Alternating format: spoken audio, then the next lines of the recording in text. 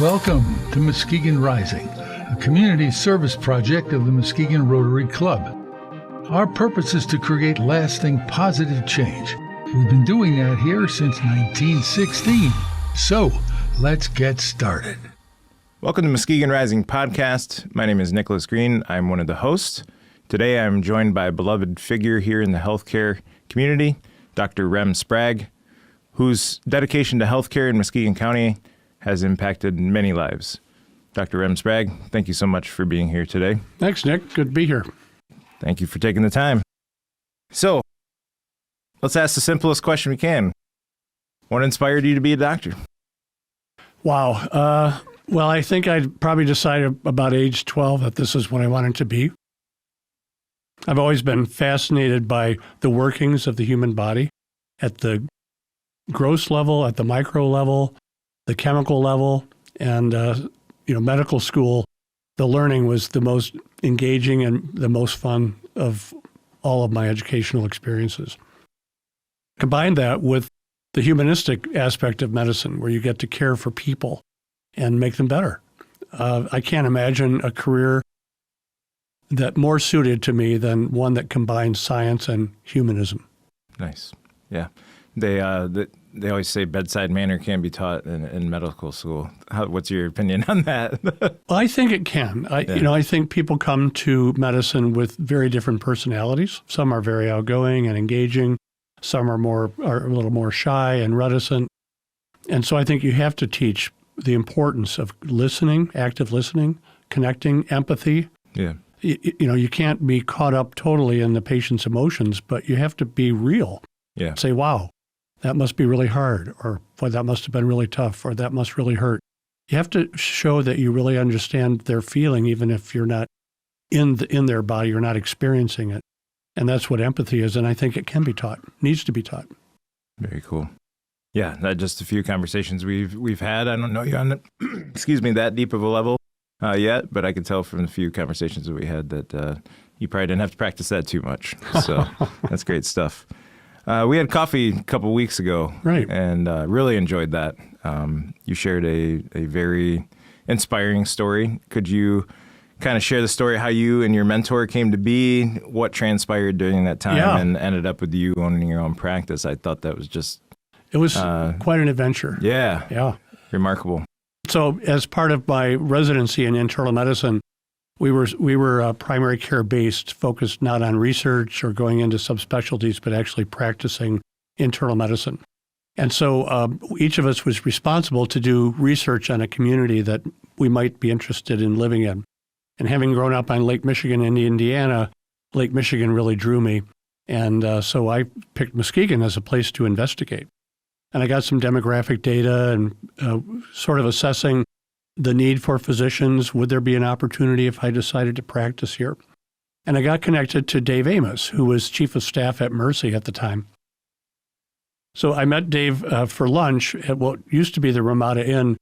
And he said, "Are you staying here?" I said, "Yeah." He said, "Well, this place is kind of a dive. Why don't you stay with me?"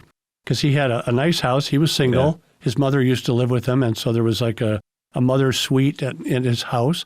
And so, I stayed with Dave for a couple of weeks. I shadowed him and met some of the other medical staff and learned a lot about the community.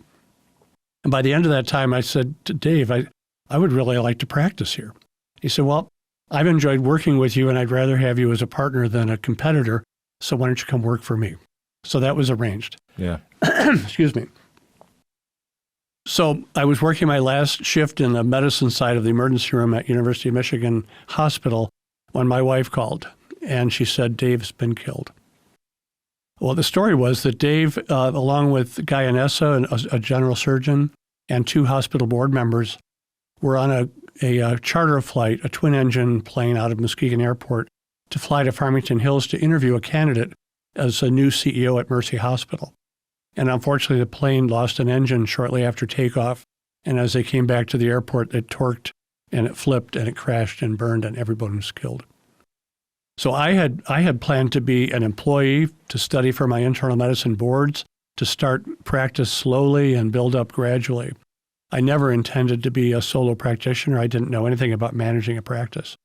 And I was thrust into that role because of this tragedy. We'd already bought a house, so we were committed to coming to the community. But Dave he was single, as I said, he had no heirs. And so I was able to take over his practice.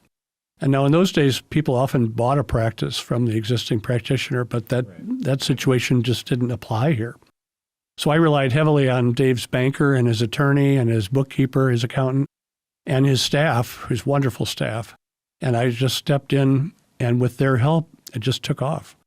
The physicians in the community were very sympathetic, and they sent me a lot of referrals and consultations and kept me really busy. So instead of kind of a slow start, I hit the ground running, and I've been running ever since. That's just it's a very sad story, but it's also a very remarkable story on how things came about for you. Dave was such a great contributor. He actually left practice for 6 months to do a fellowship in nephrology, kidney medicine, so he could help Mercy start doing dialysis. Until they were able to recruit a full-time nephrologist, Dave ran the dialysis center. I mean, he really extended himself. It was a big loss to the community, as well as Guy and Essa and the 2 hospital board members. Yeah. Well, nephrology and dialysis is probably a big part of this community as well. It is, yeah. I would say I rode with Pro-Life for a little while when I first lived over here, and a lot of those calls were dialysis, missed appointments, or weren't feeling well, some sort of, Yeah, it's a life-saving treatment, yeah. Yeah, so he was a pioneer in that then? Yes. I mean, he just stepped out of his usual comfort zone and did what needed to be done for the community. It was great. That's great. I appreciate you sharing that story again. I know that's probably a soft spot for you. It is, yep. Usually I tell it, I get pretty emotional, but I've told it enough now, and that was 40-some years ago, 43 years ago, so the emotion has subsided a bit, yeah. Being in Muskegon County as a physician, you've done a lot for the community. ACLS instructor, MS health teacher, middle school health teacher, advisory board, coordinated the primary care network. What inspires you about Muskegon County? I mean, we kind of just heard a little bit there. That was a little forced, but you said you did some research on the demographic and I did, chose Muskegon County. So, well, first of all, it's a lakeside community. The other piece was, and there are a lot of lakeside communities, many of which rely heavily on tourism, and so they have a fluctuating population. I like the size of the community. I grew up in Michigan City, Indiana, similar sized city to Muskegon. And I like the diverse economy. I grew up in a family that had a manufacturing business, so I value manufacturing as a piece of the economy, but also beautiful natural resources. To me, it was just a perfect fit. Fortunately, my wife was flexible enough to agree, although she moved a lot. She grew up in the UP and in Virginia, and then she graduated high school in Florida. Oh, okay. So she didn't have a strong geographic anchor. And so she was certainly open to this. We met at the University of Michigan, so we both love the state. And we've watched Muskegon go through its nadir. I mean, it's really a downside when the downtown looked like the remnants of World War III, with piles of rubble and sand and the deconstruction of the downtown mall. But, Muskegon Rising is the statue at the corner of 3rd and Western speaks highly. If you look at Muskegon's legacy back 200 years, it's been a cycle of boom and bust, and they've always found a way to rise again. And with investment by the foundation, by the Chamber of Commerce, by private investors, contractors, home builders, and support from the county and the city, Muskegon is rising again, and we're just so gratified to see it. Yeah, it's come a long way. It really has. I only saw it 2008 to 2010, so obviously you've been here way longer than I was. Right. But just to see, rise from the ashes and the rubble and sand, and it's been remarkable. We live downtown now, and just it's how lively it is every night, great. And the hockey games, and it just there's a new spirit about it. Absolutely, and it's good to see. So, tell us a little bit about Mercy. Yeah. When it was established, sure. Kind of what happened with that, and then we'll roll into the Trinity Health. Okay. Yeah. Piece. So Mercy was established by the Sisters of Mercy in 1903. They actually sold. It was like insurance. They sold tokens to lumbermen. They went out into the forest and just sold these guys vouchers basically for healthcare, and then they established a hospital. About the same time, Hackley Hospital was established by Charles Hackley. Mercy, the Sisters of Mercy, of course, was a Catholic hospital. Hackley was part of the mission of the First Congregational Church, where Charles Hackley was a member. And so they've been sort of competing ever since then for over 100 years. Muskegon General was founded, I think, in the 1940s by a group of osteopathic physicians who at that time were excluded from medical staff membership at Hackley and Mercy, and so they built their own hospital. And then Heritage Hospital, I'm not sure their history, but so when I came to town, there were 4 hospitals. Over the next 15 years or so, system-based hospitals like Mercy had some significant advantages. So Mercy was founded by the Sisters of Mercy. It was part of a very small system that grew over the next 100 years to be in numerous states and still part of Mercy Health Services. And because it was a system-based hospital and it had geographic diversity, it was able to offset challenges in one state with benefits in another and consolidate those resources, manage treasury, and develop skilled administrative people that small independent hospitals were challenged to do. Hackley saw the wisdom of that. They actually, at one point, were connected with Spectrum for a period of time to try to get those advantages, but found that the pressure to conform was a little too great. They lost too much autonomy. So after that relationship failed, Roger Spoolman, who was then the CEO at Mercy, and Gordon Mudler, the myth, well, sort of myth, I guess. The story is that they were both in D.C. to engage with legislators on some critical issues for hospital reimbursement, and staying at the same hotel. And they went out in the morning to get a cab, and they were standing there. Roger said, "Why don't we share a taxi, and we'll go up to the hill together in a taxi?" And in that taxi, Roger proposed to Gordon that Hackley become part of Mercy Health Services. And so that one thing led to another. And ultimately, so it's more than a taxi ride. Yeah, more than a taxi ride, and more than a coincidence, probably. So Hackley became a part. Now, prior to that, about 8 years prior to that, Mercy and Muskegon General had already come together, and that had proved very beneficial to both parties, which I think helped convince Hackley that this was a reasonable thing to do, and that it wouldn't destroy their autonomy or their identity. Merging hospitals, there's always cultural differences. There are a lot of challenges to that, but a lot of benefits come from consolidating into one. In fact, eliminating a lot of unnecessary administrative overhead that was duplicated, a lot of duplication of technology that was not needed by the community. We didn't need multiple places where radiation therapy was provided. We really wanted to consolidate that. The cost reduction resulted in our ability to build a new hospital, the one that's currently at the corner of Sherman and US 31. That would not have been possible if we were still fighting tooth and nail over a shrinking market and not competing effectively with Spectrum and, now Corewell in Grand Rapids. So you kind of just touched on it, but it's sometimes a sensitive subject in the community with having, one hospital, one main hospital to serve the entire Muskegon County. I acknowledge that for sure. Yeah. And there's always, you could drive to Grand Rapids, right? But it's also 50 miles away, an emergency, and et cetera, et cetera. Right.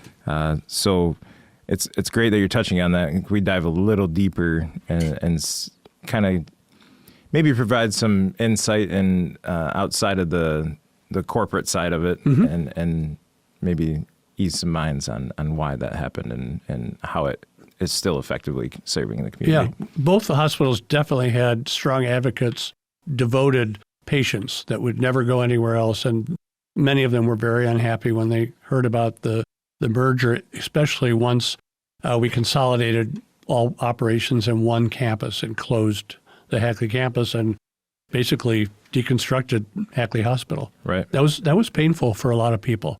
There was a lot of pride, and justly so. It was a great hospital. They provided great service. The problem is with healthcare evolution, it's become much more focused on finances than it used to be. Reimbursements have been gradually reduced. I know people talk about the rising cost of healthcare, but on a per unit of service, the pricing the reimbursement has not kept up with inflation. So it's been a huge cost pressure on hospitals. Mercy operates with their target operating margin is between 2% and 3%. That's not a huge operating margin. And now post-COVID, the cost of employment has risen dramatically. And that's not just in the healthcare industry. We've seen it across the country. Finding staff who can provide this high-skill services is getting more difficult all the time. So although those pressures come to bear that drive decisions that people feel are purely financially based. But at the same time, Mercy, the now Trinity Health Muskegon, what I colloquially refer to as Mercy Hospital, is dedicated to benefiting the community. The health system spends a lot of time and effort learning about community needs and specifically investing in areas where the community has said we need more service. We need more primary care. We need more access to affordable pharmaceuticals. We need more mental health services. And the health system listens to that. And as a former executive, I was part of the group that paid close attention to the community needs and used now our enhanced resources because of the reduction of excess, wasteful administrative duplication. We've used those resources to promote the community's health, engaging with other community organizations, partnering, and really trying to build a healthier community. That's great. Great insight. So you touched on mental health for a hot second there. Not that was your primary focus, but what has Muskegon done with those additional resources and funds from consolidating? How has that impacted the mental health? First of all, we've maintained an inpatient psychiatric hospital. If you look at West Michigan, approximately half of the inpatient psychiatric hospitals closed over the last 10 years. There's not many left. No. Yeah. And reimbursement was a big problem. Staffing was another issue. So we have maintained our commitment to, my past personnel, we have maintained a commitment to inpatient psychiatric services. Mercy did stop providing outpatient psychiatric services, but Pine Rest has filled that void, invited into town by Mercy, actually, to enhance outpatient services. And Mercy collaborates with Health West, looking at appropriateness of hospitalizations, working at helping people who present to the ER with acute substance use issues or acute psychiatric issues, and finding appropriate placement for these folks. But it's still challenging. There's not enough psychiatric beds in the state. We still domicile people in the emergency room for extended periods, trying to find placement. Trinity Health West Michigan is collaborating with another outside partner to build a new psychiatric hospital between Muskegon and Grand Rapids that will also help meet the need. That would be huge. Yeah. Yeah. There's Pine Rest. There's another one down in Kalamazoo. I can't think of the name off the top of my head.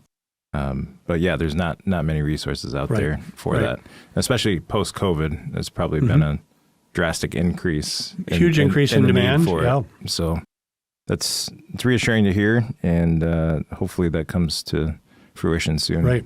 So, how can the community help improve the health and well-being of the neighborhoods that we live in? That's a really good question. People look at health status as kind of an indicator of the health of a community, and we know that Muskegon ranks near the bottom of counties in Michigan. And yet our neighboring county, Ottawa County, is near the top in terms of health status. So a lot of the difference is socioeconomic. It's people who, it's educational attainment, it's well-paying jobs, it's good benefits, it's safe living environments, it's access to quality food. When you look at the determinants of health, medical care is about 15%. Yeah, genetics probably around 10%. Environment, health behaviors, 60%, 70%. So we're working with other community agencies to promote a healthier community. That means safe neighborhoods. It means affordable housing. It means affordable health care, things like Access Health and insurance companies that are affordable. It means good educational attainment. high-paying jobs with good benefits, and it means access to good food in every neighborhood so we don't have food deserts. A healthy outdoor environment for people to be physically active. All of those things are necessary to achieve better health. It's a holistic approach. It right? has to be, yeah. Yeah. So you mentioned health status, Yeah. Ottawa County being at the top. Can you define that a little bit? Well, yeah, it's a measure of the percentage of obesity, the percentage of hypertension, percentage of diabetes, life expectancy, lifespan. All of those kinds of things go into the calculation of health status. Okay. So being at the top is not the good thing. Oh, no. Being at the top is a good thing. Yeah. Okay. Being at the top. Okay. Being first I didn't know or if there was second. an inverse. No. No. Correlation Being at the there. top is a good thing. Ottawa Okay. County is near the top. Ottawa County's near Yeah. the top. Where's Muskegon County fall? We're in near that? the bottom. Okay. So actually, Rotary had an initiative called 1 in 21, hoping to be the healthiest county by 2021, which was definitely aspirational. It wasn't a realistic goal, but it drove Rotary to consider how can we connect with and partner with other agencies to promote greater health in this area. What are some organizations that do help cater to that focus? Mental health is a big piece, so Health Right. West is a part of that. Schools taking a broader approach to engaging their student body, providing additional services other than just educational, because that's a place where they spend a third of their waking hours, and so they're sort of a locked-in audience, and providing services in the schools. Access Health is a program that provides health coverage for low-income employees. That's important. United Way does a lot around healthy children, daycare programs with a 3-share daycare program to enable people to work and still have good care for their children at home. The health department is really critical in promoting health through immunizations and education and helping with things like smoking cessation. Substance use treatment is another part of a significant condition in Muskegon County, and we have providers of services for substance use as well. It really has to be a broad collection of approaches. Places like Mission Prairie People that provide access to healthy food, places that deal with the homeless situation, and even the city and the county are investing in infilling affordable housing, another key piece of safe communities, safe neighborhoods, and healthy communities. Yeah, we've spoke before in past interview about the affordable housing being an initiative for Muskegon County. Really important. And heading in that direction. And then recently in Rotary, we had the gentleman come in and fantastic presentation, but really opened eyes to a lot of things. And, thinking back on healthcare and how much everything you just spoke about, resources in the community, affordable housing, the schools partaking in healthier lunches, things like that, all help shape the health of our communities. Right. And tackling that at a large scale is quite difficult when you don't have the buy-in from everybody, right? Not necessarily everybody, but those who do care, how do you get it out to let them know that there are things that you can be involved with? Yeah, and it has to be a non-judgmental approach. People come at this with all sorts of life experiences that influence their behaviors and their capabilities. And so we need to recognize that and just work with people where they are and make small incremental changes. And over time, it won't be by 2021, obviously, but over time it will come about. Yeah. Small steps towards a greater goal. Well, my final statement is Ginny and I love Muskegon. We chose this place. We're so happy that we did. And even though we've seen it go through significant struggles, we're so pleased with the progress it's making. And I would highly recommend this place to anybody. Awesome. Dr. Sprague, thank you so much for taking the time this morning, providing immeasurable insight to Muskegon County and what's happening with Trinity Health and all the resources that you're trying to bring forth and all your active boards that you're on. How many boards are you on currently? I have lost count. He has lost count. He's on a lot of them, but he is shaping the community and steering it in the proper direction as far as the healthcare in the community and improving our lives here in the community. So thank you so much.